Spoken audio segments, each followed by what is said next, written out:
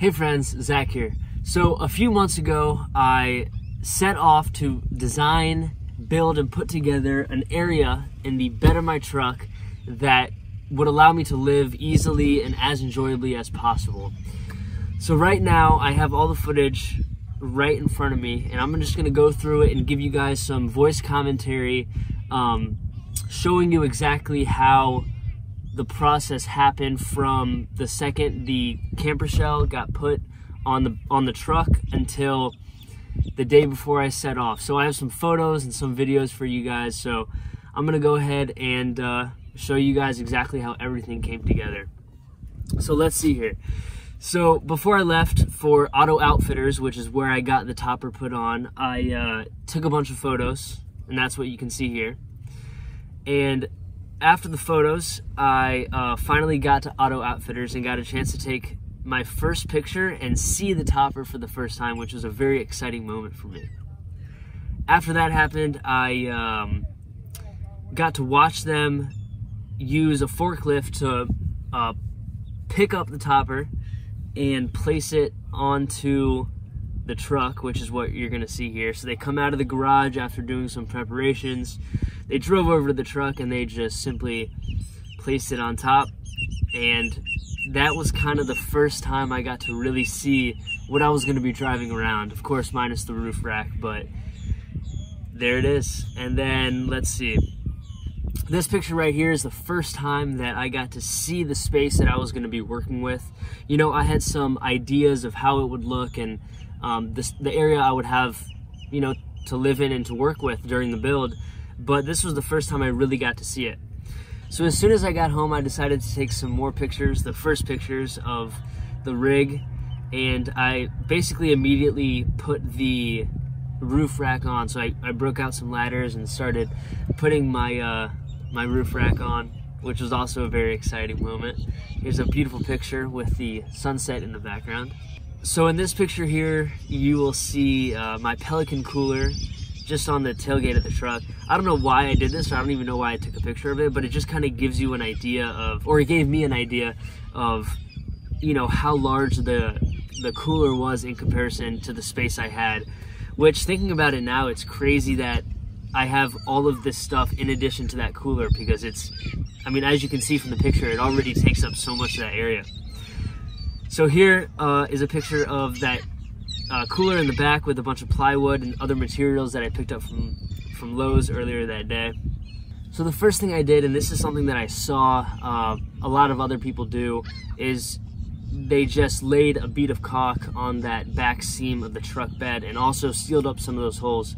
Now, I don't know if sealing up the holes is something that I would do just in case water got in. It would still have a way to get out, but I haven't had a problem with it yet, so it seems to be doing its job. So after sealing the seams and the holes in the back of the truck bed, the next step was to start putting the floor down, and this was going to be the anchor, or a way to secure everything else to the floor and to make sure it wasn't moving during transportation or during travel. So here you'll see me creating a template out of cardboard that I would eventually put on the materials that I was using for my floor, and I would trace it on there. And here are some pictures of some of the material. This is a piece of insulation foam board that I put down underneath the plywood. And here's some more photos of that stuff going in. And here is a picture of both the foam board and the plywood inside of the truck. And so this was also another really exciting point. I guess I could call every single step in this process an exciting point. But you know, things were just finally coming together, and this dream of mine was coming to fruition, and it felt really good to see it come to life. So after this, the next thing to do was to start creating my storage box, which is basically one of the biggest components of this living space. And so this photo here, you can see the box coming together. Here are some other photos with the stovetop inside of the box, just to give me an idea of how I was going to orient things. Here's some more photos of the storage box with a cutout for the stovetop and how I was going to incorporate that stovetop into the slide out box. It was a pretty complicated process because there were a lot of different things I had to consider when, you know, working the slides into the box and working the dimensions of the stovetop into the dimensions of the overall box. So that was, you know, definitely a complicated step in the process. So here you'll see some more photos of how everything came together. And here's a photo of the box fully slid out.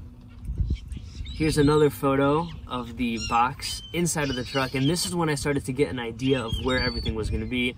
You can see the fridge in the back left where it is now. You can see that storage box in the front left corner where it currently is now. And here's another view of that same shot. Now this is when I started to bridge that gap between the fridge in the back and that storage unit in the front. I think this is where I realized that this is where my bed platform was going to be, and I think bridging that gap really helped solidify, you know, where my bed was going to be, because it only makes sense that it would go on top of there. So here's another angle of that same setup, and here's some more angles. It is kind of dark, but you do get an idea of how everything is oriented. Now this is the first picture I took of me sitting in the bed with the current setup, how it would be. That shelf on the left side there, of course, isn't cut out. I don't even think it's put together there, but it just gave me an idea of what I was working with. Here's a view from the front of that same idea. So this right here is a dry fit of that front storage area for my clothes and some other things, if you will. And we'll see here a short video of that setup with the truck in the back there. And so now I'm preparing to cut out all those holes for the storage box. And you can see all the holes right here. Now this is a picture of the first time I put that closed storage compartment in, and now I had to put together the backing for that storage compartment. But it was the first time I got to see it in there, which was pretty cool. Here's a full extension of that front storage unit, which really shows how far that unit pulls out. Here's that same view at a different angle. And once more. And now here's a photo with a gorgeous sunset. And you can already see how much progress I'm making. I think I might have missed a few steps in between there and now, but you can really see how everything has come together. You can even see the detail with that front drawer and how I have that door on there already. The hinges are already in. So things are really, really coming together in this picture. Here's a picture of Uncle Michael. Shout out Uncle Michael. He's taking a nice little snooze on that mattress. And here we are. This is the finished product here. And things really, really came together with the mattress and everything. All right, everybody, there you have it. That right there is the process that I went through to get this entire setup put together and ready to go in about 2 to 3 weeks time. So if you guys have any questions regarding the build, maybe some things that were left unclear, please don't hesitate to ask. I'll be more than happy to answer those questions for you. Thank you all for watching, and I'll see you on the next one.